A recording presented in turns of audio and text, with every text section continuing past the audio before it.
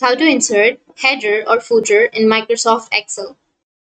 So if you want to insert or add header and footer in your Microsoft Excel, then first you simply open up your Excel application. Open up the application and then go with a blank document or an existing document. Once you're here, what you need to do is simply go with insert, which is here on the upper left. And here on the right side, you will have header and footer option. Click on header and footer and you will get this kind of interface, right? So this is the header.